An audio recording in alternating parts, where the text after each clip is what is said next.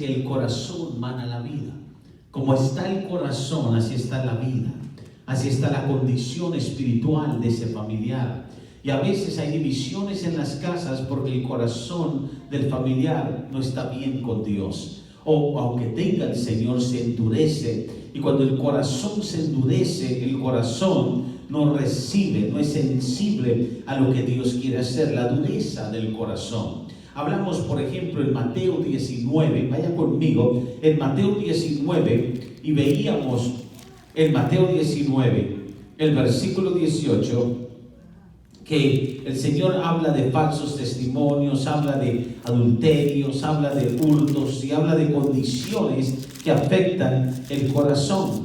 Y habla de esa dureza que viene como resultado de un corazón que no está alineado en obediencia a la palabra del Señor. Mire cómo dice la Escritura, versículo 8, Mateo 19. Él les dijo: por la dureza de vuestro corazón. Moisés os permitió repudiar a vuestras mujeres, mas al principio no fue así. Alguien diga, no fue así al principio. Recuerda, Dios le dijo a Abraham: sal de tu tierra parentela y voy a bendecir la familia de la tierra en ti. A través de ti voy a bendecirla, en ti serán benditas las familias de la tierra. Y Dios tuvo que sacar a Abraham de toda una familia que estaba endurecida en el corazón, que estaba en idolatría, y le digo: empieza tu propia familia. Cuando una familia se levanta en Dios y la familia se levanta obedeciendo el mandato del Señor, esa familia es bendecida. Pero cuando el problema está en el corazón de algunos, vemos corazones alejados de Dios. Por ejemplo, Marcos 7:6 habla del alejamiento de Dios. A veces decíamos que en una familia pueden ser 5 y 3 estarán contra 2, 2 contra 3. ¿Por qué? Porque a veces es un yugo desigual, hay yugo desigual. Y decíamos que el yugo desigual no solo es cuando uno es convertido y cree en Dios y el otro es inconverso. Pero también yugo desigual a veces es la búsqueda que tenemos de Dios. En un matrimonio, si ambos son cristianos, dando ese ejemplo, y él está buscando al Señor todos los días y quiere ir todos los servicios y se consagra, pero ella, aunque es cristiana, no busca del Señor con la misma intensidad, va a haber un desequilibrio, va a haber una diferencia, va a haber algo desigual. El nivel no es el mismo. Alguien diga conmigo: el nivel no es el mismo. Y entonces, como el nivel no es el mismo, claro que uno está más cerca, más consagrado, y la otra persona, sea él o ella, está más alejado, aunque crean en el Señor. Y vemos eso. Vemos, por ejemplo, familias que están buscando más de Dios y otros familiares menos de Dios. O la incredulidad. ¿Cuántas veces en una familia hay alguien que no tiene esa fe, no cree en lo que Dios puede hacer? Incredulidad en la familia. El corazón tiene que ser ministrado. Por eso es que el Señor dice: dame, hijo mío, tu corazón, y miren tus ojos por mis caminos. Entonces, en toda familia, Salmo 128, donde comenzamos, tiene que haber una administración a todos los hijos. El matrimonio, decíamos que tenemos que sacar tiempo para la familia. Dile al que está a tu lado: necesitas tiempo para la familia.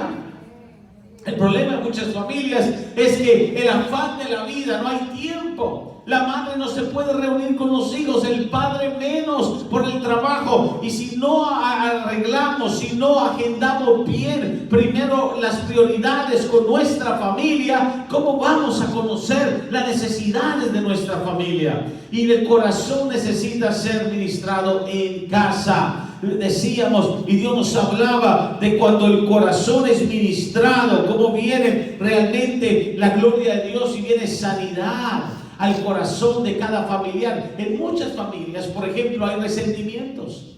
Hay resentimiento. He visto hijos que crecen con resentimiento con los padres, porque los padres les pueden haber dado de todo, pero no estuvieron ahí para cuando necesitaban el consejo o para acompañarlos a un evento de la escuela, porque no estuvieron ahí aunque les hayan dado todo. Crecen con resentimiento porque no tuvieron los padres ahí en esos momentos cruciales. Entonces, tiempo en familia es precioso, es más valioso que cualquier cosa material, aún que un doble trabajo. Dios quiere que atendamos en nuestra casa, nuestra familia. Y por eso hablábamos que tu casa o es una casa de luz o es una casa de oscuridad. Dígale que está a tu lado, o hay luz en tu casa o hay oscuridad en tu casa. Vamos, díselo, hay luz o hay oscuridad. Porque es una casa de oscuridad. La luz en la casa, decíamos, y Dios nos ministraba, es cuando entendemos que nosotros, al ser creyentes, somos la luz de esa casa. Vamos, alguien dígalo, yo soy la luz de mi casa. Y Jesús dijo esto en Mateo, el capítulo 5, vaya conmigo. Mateo, el capítulo 5, Dios mío, qué importante. En Mateo, el capítulo 5, el versículo 15, dice: enciende una luz y se pone debajo de un almud, sino sobre el candelero.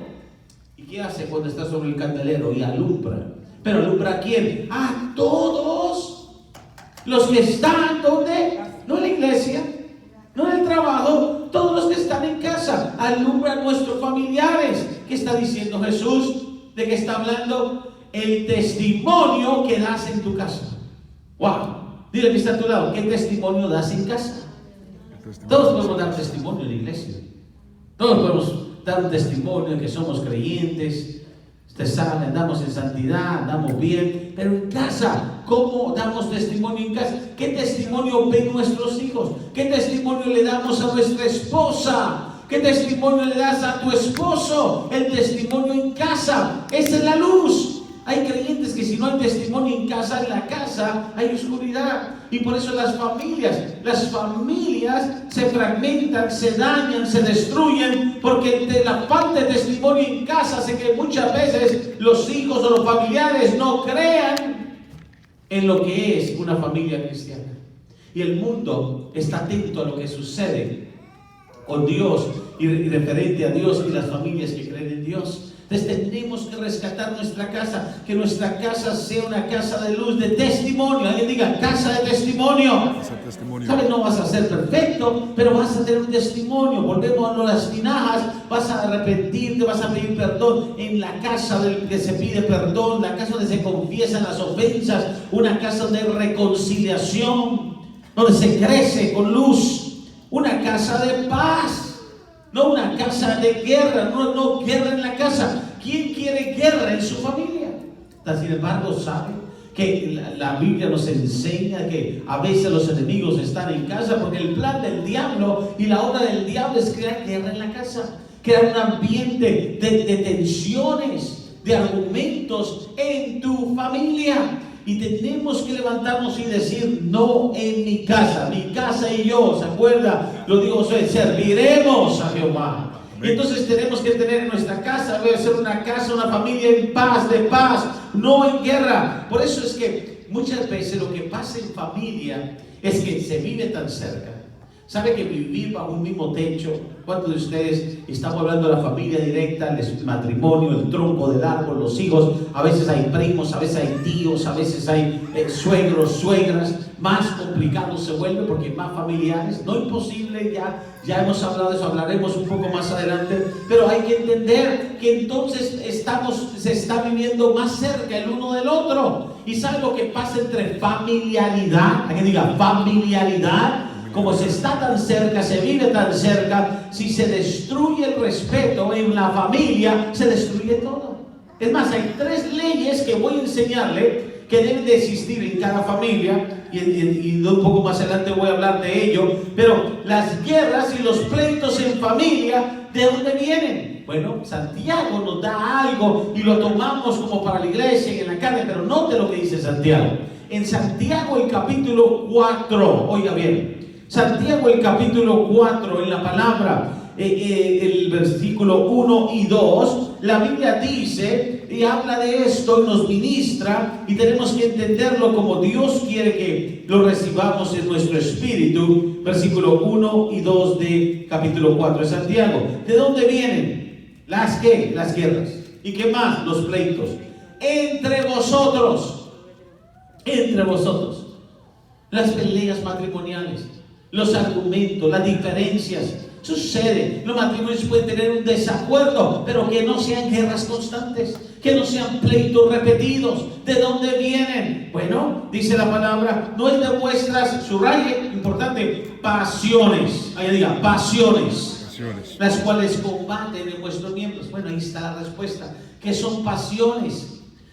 Cuando habla la Biblia de pasiones, habla del manejo de nuestras emociones y sentimientos. Amen. Cuando un familiar, alguien de la familia, puede ser un hijo, puede ser el esposo, la esposa, no maneja bien sus emociones y sus sentimientos, se convierten en pasiones desenfrenadas que se reaccionan con la carne y se vuelve contencioso el familiar, se levanta un pleito en la familia. Por ejemplo, hay familiares que constantemente están el uno contra el otro argumentando, matrimonios conflictivos o hijos que entran en rebelión y entran en resistencia a lo que los padres dicen. ¿Dónde vienen estas rebeliones? ¿Dónde vienen estas oposiciones de las pasiones que dice combaten entre vuestros miembros? ¿Y cómo es que se levantan estas emociones y sentimientos? Se levantan por resentimientos. Alguien diga los resentimientos. Por ofensas, por ataques emocionales. Alguien diga ataques en las emociones. Déjame un ejemplo, vamos, déjame un ejemplo, conéctese conmigo aquí. ¿Se acuerda, por ejemplo, la familia que tiene varios hijos y resulta, ha visto entre hermanos que se entra a veces en diferencias? ¿Por quiénes son responsables? Los padres. Si los padres no tratan a los hijos por igual, ¿qué se produce? Pasiones, resentimientos. ¿Se acuerda de José? Despertó celos en sus propios hermanos. Y lo vemos hermanos y hermanas que crecen dentro de una misma familia, del mismo padre, de la misma madre, y se andan peleando el uno con el otro, cada uno con cierto celo. Más cuando los padres erróneamente tienen un preferido, tienen una preferida. Los hijos deben de ser tratados iguales. Dile a tu hermano, los hijos deben de ser tratados iguales. Dios mismo nos trata a nosotros a todos como hijos iguales. Pero a veces en una casa se producen esas diferencias y la razón es que de nuevo el gobierno en casa, que son el matrimonio, los padres, no están llevando a cabo realmente con sabiduría la casa para que los hijos no sean afectados en resentimientos. Por eso es importante ministrar a los hijos por igual. No quiere decir que siempre hay que darle al uno lo que le va a dar al otro, pero se ministran los sentimientos porque cada hijo es diferente. ¿Cuántos saben? Cada hija es diferente, pero es de papá, es de mamá, es del matrimonio, poderles ministrar conforme sus talentos y habilidades. Entonces, pasiones, y entran pleitos, y entran desacuerdos, y cuántas veces hemos visto, y estamos hablando de los mismos padres, hemos ministrado casos que se vuelve conflictivo y complicado, especialmente, por ejemplo, cuando alguien ha pasado un divorcio. Y el divorcio no está en los planes de Dios. Dilo conmigo, el divorcio no está en los planes de Dios. Jamás. Pero hay momentos en que, y Dios es un Dios de restauración, ha sucedido y cada caso es diferente. No podemos dar algo generalizado, cada caso es diferente. Pero ¿qué pasa? ¿Cuántas veces hemos ministrado, la pastora y yo, matrimonios? Personas que han salido de una experiencia, de un desastre, de una crisis, de una tragedia, de un divorcio, nómbrelo como lo nombre, y de repente ya quieren volverse a unir con alguien más y corren a unirse con alguien más y es peor porque no esperan en el Señor y entonces corren y los hijos ahora tienen padrastro o tienen madrastra. Yes, sir. Y es bien complicado. Porque cuando los hijos tienen padrastro, no que no sea imposible, Dios, pero más vale, este es el problema, ni siquiera se ha orado, ni siquiera sabe que sea un hombre que ame a Dios, una mujer que ame a Dios, que se conozcan realmente a qué van a entrar y los hijos pagan las consecuencias. Y vienen trágicas experiencias porque de nuevo es una familia fragmentada y tenemos que entender que entonces hay familias descompuestas, familias revendadas, familias donde los padres solo están pensando en lo que a ellos les aprovecha o desean y no en los hijos, y vemos consecuencias sobre la descendencia y por eso vemos familias seriamente afectadas y dice codiciáis y no tenéis y matáis y ardéis de envidia. Bueno, el principio, cuando vemos que entra la maldad a una familia, lo vemos claro. Caín mató a su hermano Abel. Ahora, ¿qué más trágico que eso del principio? ¿Y por qué lo mató? ¿Qué le hizo Abel a Caín? Nada. Pero ¿qué fue el problema de Caín? Su semblante cambió. No quiso reconciliarse con Dios. No entendió por qué Dios aceptó la ofrenda de Abel y no la de él. Y se desquitó con su hermano. Ahora ya que hay familias que el familiar se desquita con los familiares. Manipulación, control. Esto es algo real. El diablo viene para destruir familias. Y entonces tenemos que decir cómo está el corazón. Si Dios no trae restauración al corazón, si no sanamos el corazón, si no dejamos que Dios ministre el corazón está buscando la gloria de los hombres y no la gloria de Dios. Habrá guerra en la casa. Las obras de la carne se levantan en esa casa. ¿Es tu casa una casa de oración o es tu casa una casa de separación? ¿A qué me refiero? Hay en tu casa realmente, acabamos de ver Juan 15, hay un entendimiento que separados de Dios y separados el uno del otro, nada podéis hacer, o hay una separación, porque se puede vivir bajo un mismo techo. Se puede estar en un mismo lugar, apartamento, casa, lo que sea, tu tienda, se puede estar y estar separados. Totalmente separados, no hay nada de comunicación, no hay nada de entendimiento, y es tan importante entender lo que Dios desea es que realmente estén unidos en esa casa, y la oración une. Si hay oración en una casa, la oración une en la familia, si no hay separación. Santiago, el capítulo 5, el versículo 16, la palabra del Señor dice claramente: confesaos vuestras ofensas unos a otros. ¿Dónde? ¿De qué está hablando? En la casa. Los familiares ministrándose, y orar unos por otros. Y hemos dicho, cuando el padre reúne a los hijos y ora por ellos, o los hijos han visto a papá orando por mamá, o a mamá orando por papá, para que seáis sanados. Note que dice: confesaos vuestras ofensas. Tiene que haber en la casa, tiene que haber cada día una confesión abierta para que la familia no guarde resentimiento o cargue la ofensa al otro día. ¿Y cuántas veces hemos ministrado gente que ha cargado con ofensas por años, que no ha olvidado las experiencias de años, porque nunca hubo confesión abierta en casa? La Biblia dice: si confiesas tus ofensas unos con otros, en la familia de nuevo, reunirse. Te ofendí en algo, perdóname, lo dije, no quise decirlo, y hay reconciliación y sanidad. Y porque la oración eficaz del justo puede mucho. Alguien diga: la oración puede mucho. Ahora, un segundo problema que hay en las familias, aparte de la condición del corazón, son fortalezas espirituales. Dilo conmigo: fortalezas espirituales. ¿Qué son fortalezas espirituales? Ahí ya es, aparte de que el corazón está afectado o no esté afectado, es cuando entras a un ambiente que está siendo controlado por una potestad espiritual. Y hay familias que no entienden que la batalla en el territorio donde vivimos es una guerra espiritual también. Alguien diga: una guerra espiritual. Por ejemplo, y siempre me gusta enseñar esto cuando enseñamos guerra espiritual.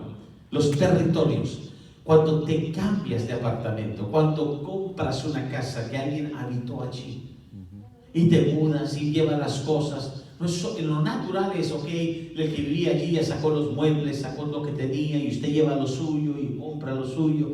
Pero espiritualmente, los espíritus que estaban controlando ahí se fueron también. ¿Qué se hacía ahí antes? ¿Quién vivía allí? ¿Creía en Dios o no creía en Dios? ¿Adoraba a Buda? ¿O tenía santos? ¿O hacía obras de hechicería? ¿O simplemente tenía ciertas creencias de nueva era? Espejos y cosas. ¿Qué se hacía? La gente se cambia de lugar y piensa que es no más natural. Hay un mundo espiritual. Y tenemos que entender que a veces hay fortalezas espirituales que tenemos que confrontarlas para limpiar el ambiente, porque a veces hay ciclos que se repiten en una casa o en un apartamento, y es por una fortaleza espiritual. Déjame un ejemplo. La Biblia dice, vaya conmigo, abra su Biblia, la palabra del Señor dice en el Evangelio de Lucas, el capítulo 11. Lucas, el capítulo 11, alguien reciba, alguien abra su corazón. Lucas, capítulo 11, en el versículo 21. Lucas, el capítulo 11, versículo 21. Oiga esto. Dice la palabra, cuando el hombre fuerte, armado, guarda su palacio, en paz está lo que posee. Bueno, ¿quién es el hombre fuerte, armado? Aquí es una potestad. Es alguien que está fuerte, es alguien que tiene dominio. Su palacio es tu gobierno, todo donde está, y está en paz todo, hablando de que tiene dominio y está en control de todo. Y tenemos que entender que la palabra dice, por eso en el próximo versículo, pero cuando viene otro, alguien diga, viene otro, más fuerte que él, y le vence. Ve, hay que vencer a ese hombre fuerte. Le vence. Bueno, se mudó una familia cristiana, viene en el poder del Señor, el Señor es más fuerte, Cristo es más fuerte, pero hay que vencer al hombre fuerte. Hay que tomar ese territorio, y le vence, le quita todas las armas en que confiaba y reparte el botín. Lo que quiere decir es, puede tener la bendición, ahora sí, de la victoria. Y a veces hay potestades. Por eso es que encontramos en ciertos territorios que se repite un ciclo de cosas que suceden. Hemos tenido toda clase de experiencias, desde niños, que los niños son muy sensibles al mundo espiritual, de sueños, de visiones en una casa. El otro día hablaba de una experiencia que estoy ministrando en la otra iglesia, de una familia que compró una casa bien económica, prácticamente regalada, estaban contentísimos. El problema es que no han podido vivir allí, porque desde que se cambiaron allí, tenían visiones, no los dejaban dormir, ruidos. El mundo espiritual es real. Es real. Y el problema es que si la familia que toma posesión de algo no sabe pelear la guerra espiritual, no puede destruir fortalezas espirituales. ¿Sabe lo que dice Pablo a la iglesia en Corintios? En 2 de Corintios habla de cómo hay que derribar fortalezas. 2 de Corintios capítulo 10, oiga, 2 de Corintios capítulo 10, el versículo 3, alguien vaya conmigo. 2 de Corintios capítulo 10. Pues tenemos que orar, que el Señor discernir, alguien diga discernir. A veces son cosas, anatemas que están allí. Cosas anatemas que están allí. 2 de Corintios capítulo 10. El otro día, hace unos años atrás, conocí a una familia que había comprado una casa aquí en Katy. Y en Katy, el territorio de Katy fue muy realmente conquistado por diferentes tribus de indígenas que vivían en Katy. De hecho, cuando Alicia Smith, que es una mujer de mucha guerra espiritual, ella y su esposo estuvieron en la iglesia en una conferencia que tuvimos, y ellos nos hablaban que en Katy, por territorios, estaba cierta tribu muy conocida en Estados Unidos, no me acuerdo el nombre en este tiempo, pero que tenían cierto racismo fuerte hacia gente extranjera en el territorio, todo esto de Katy antes. Y una de las cosas que ha sucedido es que para las iglesias en el mundo espiritual, crecer en Katy, especialmente iglesias hispanas, es una guerra espiritual. Por lo mismo, de las raíces ancestrales, ¿se acuerda? Que vienen arrastrándose, muchos territorios fueron usados para hacer realmente actos pactados y actos de consagración en su ignorancia y en sus obras que se hacían los indígenas para el territorio. Si alguien no sabe, no conoce la guerra espiritual, no sabe cómo confrontar los espíritus que vienen y atacan muchas veces el crecimiento, la bendición sobre un pueblo específicamente. Pablo habla de esto. Mire, dice, pues aunque andamos, versículo 3, andamos en la carne, no militamos según la carne. Porque las armas de nuestra milicia no son carnales, sino poderosas en Dios para la destrucción de fortalezas. Aleluya. Hay lugares de familias que dicen, por todo peleamos. O en todo hay un debate, hay una contienda. ¿Por qué? Puede ser una fortaleza espiritual.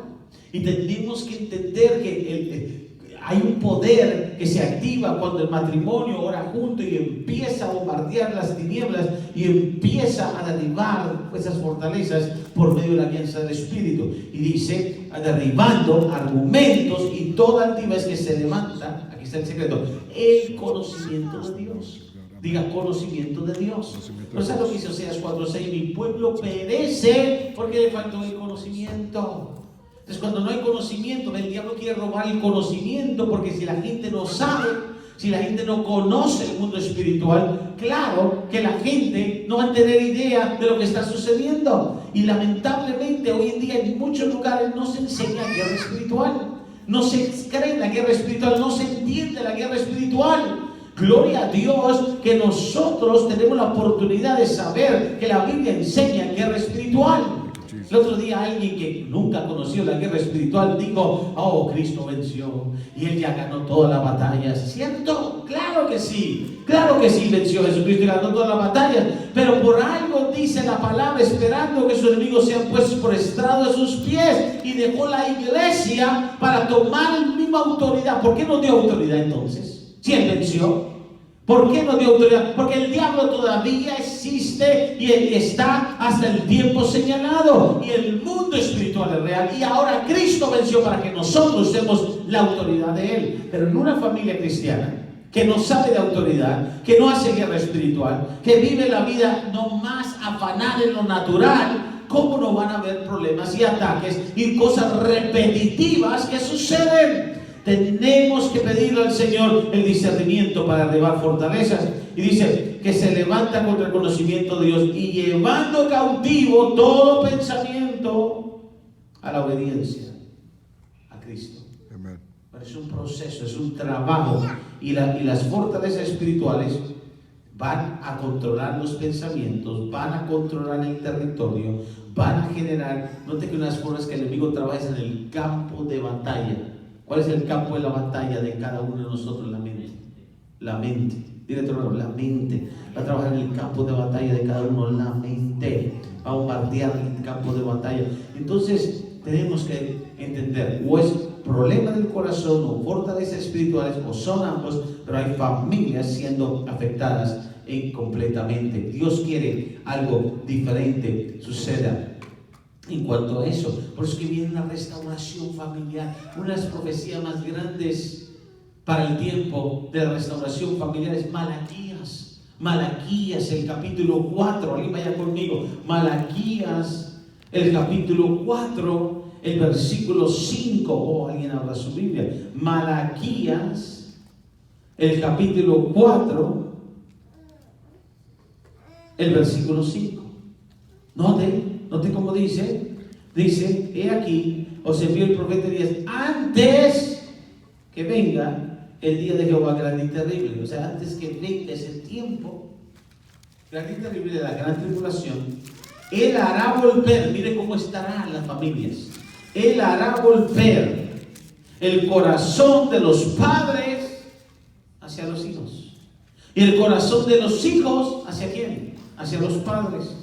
No sea que yo venga y hiera la tierra con maldición. Nos preguntamos por qué hay tanta maldición y tanto la tierra está siendo herida. Por la fragmentación, por la separación, por la iniquidad en las familias, por las divisiones familiares. El mundo ha perdido el enfoque y el entendimiento de la familia. Note las abominaciones que hay, las nuevas definiciones de familia. Y la profecía dice, vendrá Elías, dando a entender que vendrá un mover, igual que cuando el profeta Elías desafió a los profetas falsos, y va a haber el Espíritu del Señor y va a venir a traer restauración familiar. Y una de las cosas que tiene que suceder para la restauración familiar es que hay 3 leyes importantes que se tienen que llevar a cabo, pero se tiene que trabajar en la tierra de nuestra familia. Alguien diga, en la tierra de mi familia. ¿Saben una escritura que es importante? Muchas veces alguien dice, no, mi familia es bien difícil o es bien complicado. Yo quiero darle una escritura, Lucas el capítulo 13, la escritura dice así, versículo 6 en la palabra. Oiga esto, Lucas, el capítulo 13, el versículo 6 en la palabra.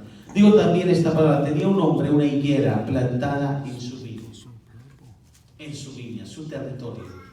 La higuera, en este caso la podemos aplicar lo que es su propia viña y su propia familia, y vino a buscar fruto en ella y no lo halló. Toda familia tiene que dar fruto. Y dijo al viñador: he aquí hace 3 años que vengo a buscar fruto de esta higuera y no hallo. Córtala, ¿para qué inutiliza también la tierra? Y él entonces dijo: Señor, déjala todavía este año, hasta que yo cabe. Hay que trabajar alrededor de ella y la abone. Todo el que quiere ver la mano de Dios en su familia tiene que abonar en su familia, tiene que invertir en su familia, tiene que ministrar a su familia.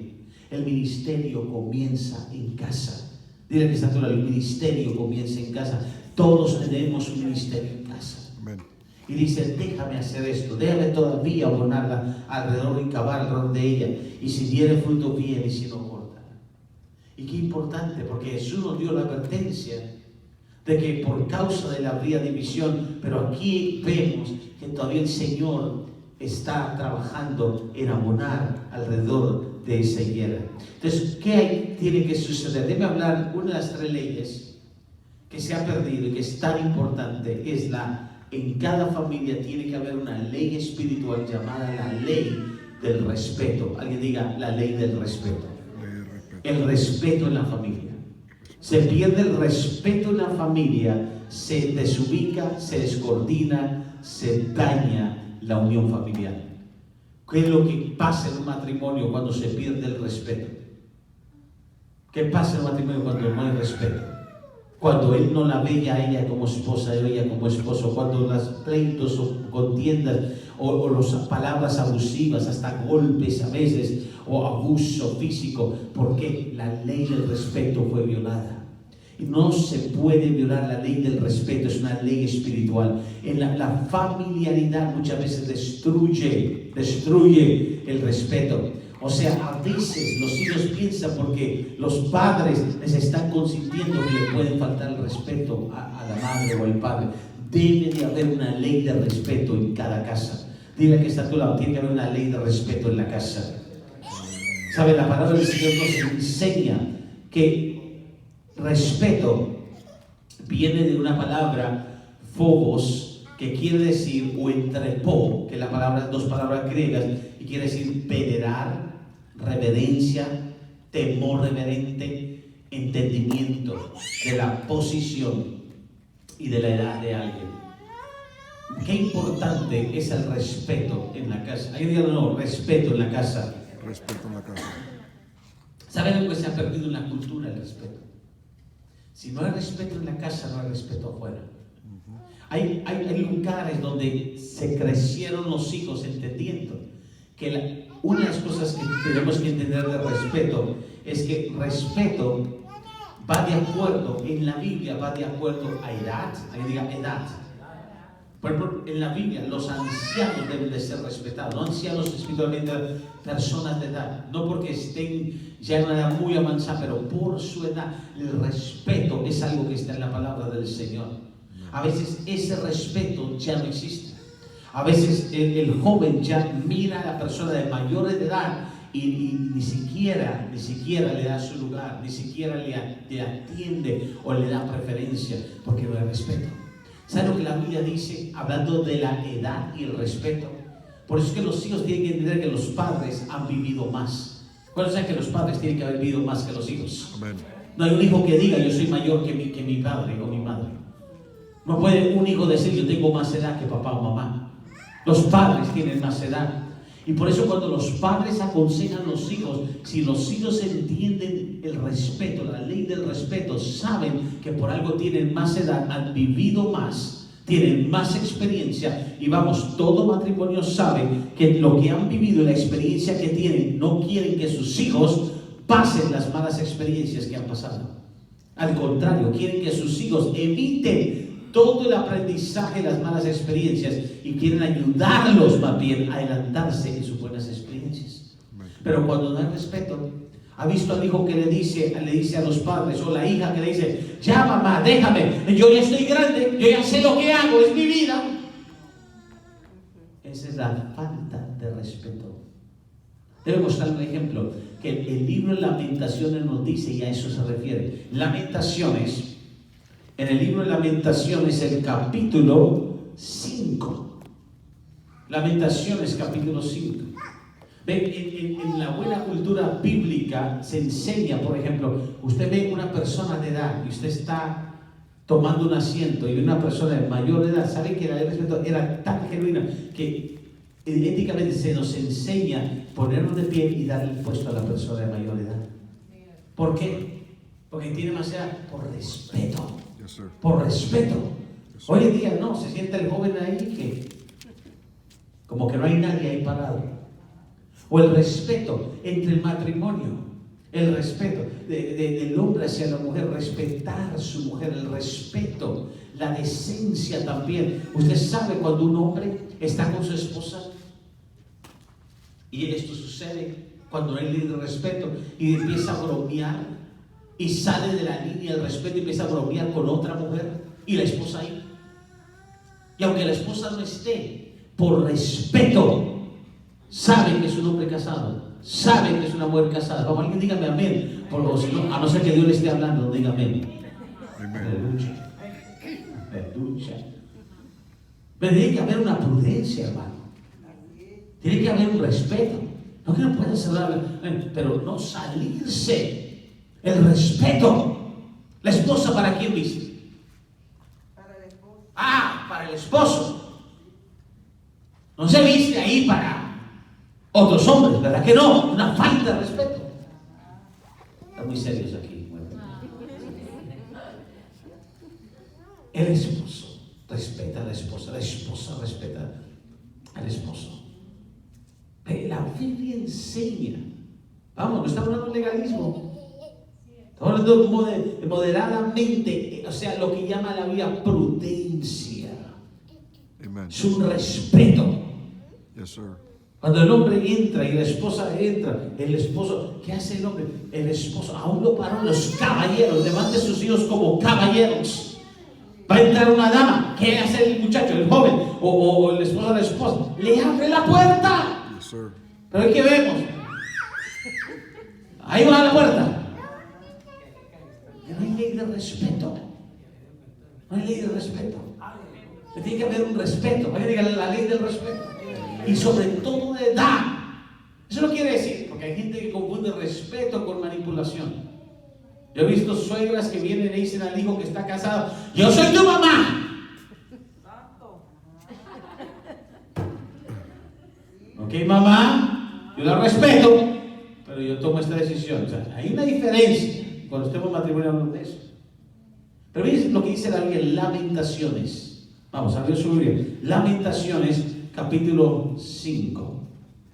Y de hecho, la próxima semana continúo con un gran ejemplo, lo que es el respeto y la relación de respeto. Lamentaciones, capítulo 5. ¿Alguien lo tiene ya? Amén. ¿Alguien lo encontró ya? Amén. Versículo 12, ¿lo tiene ya? Amén. Muy bien, entonces si lo tiene, lo vamos a leer ya. Amén. Amén. Versículo 12, oiga lo que dice la palabra en Lamentaciones. Edad. A los príncipes colgaron de las manos y no respetaron el rostro de los viejos. Wow.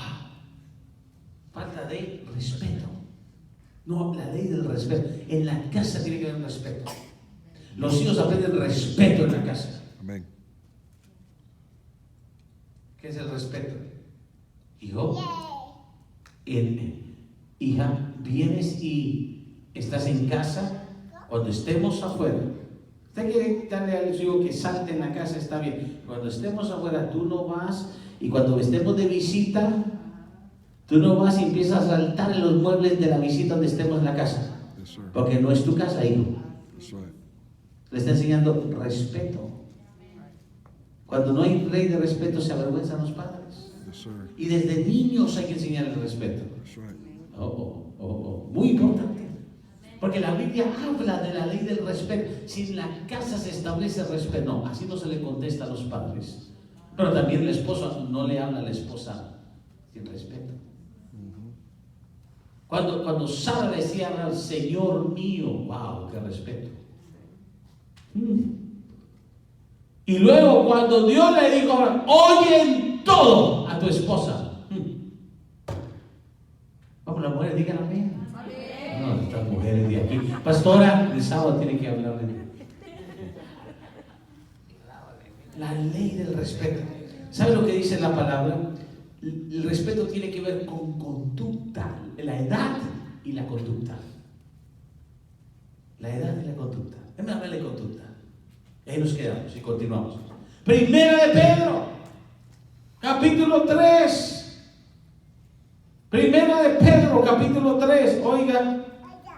Así vosotras mujeres estáis sujetas a vuestros maridos, para que también los que no creen a la palabra sean ganados sin palabra por la conducta, conducta de sus esposos, considerando vuestra conducta casta y ¿cómo?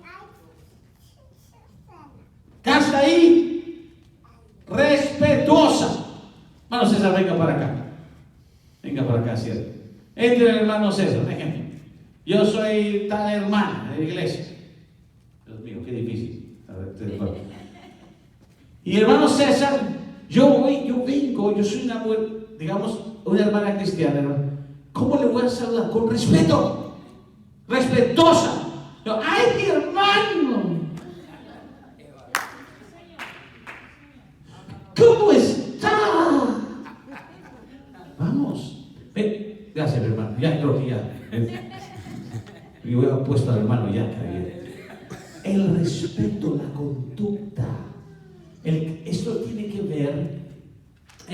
que ver con entender quiénes somos en Cristo.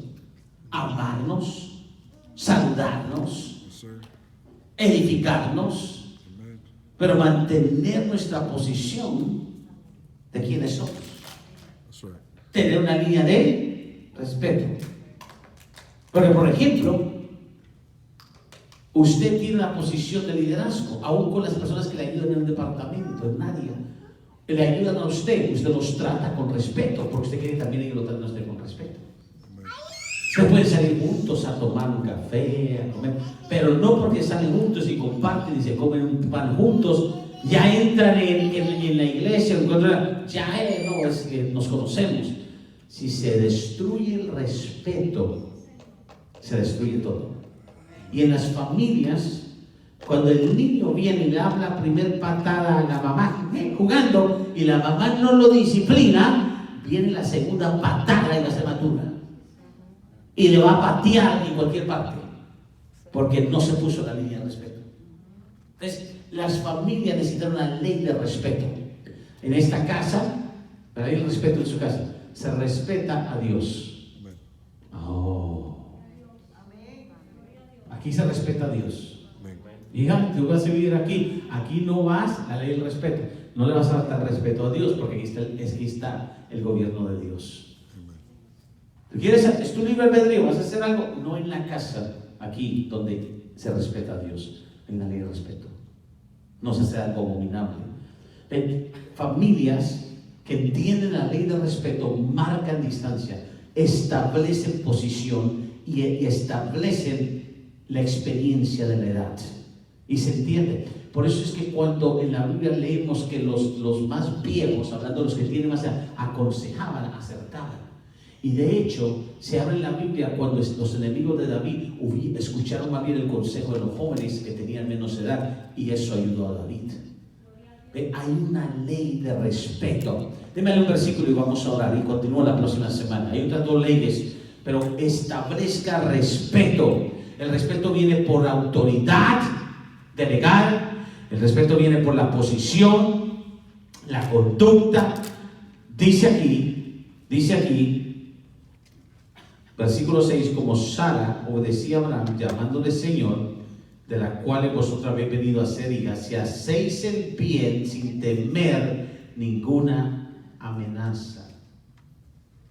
En una casa no puede haber amenazas, porque también hay hombres que amenazan a la esposa, o esposas que amenazan al esposo. Y vosotros, maridos, igualmente. No es que solo para la mujer. Igualmente, maridos, igualmente, hombre, respeta a tus hijos, respeta a tu esposa. La conducta es mutua de respeto.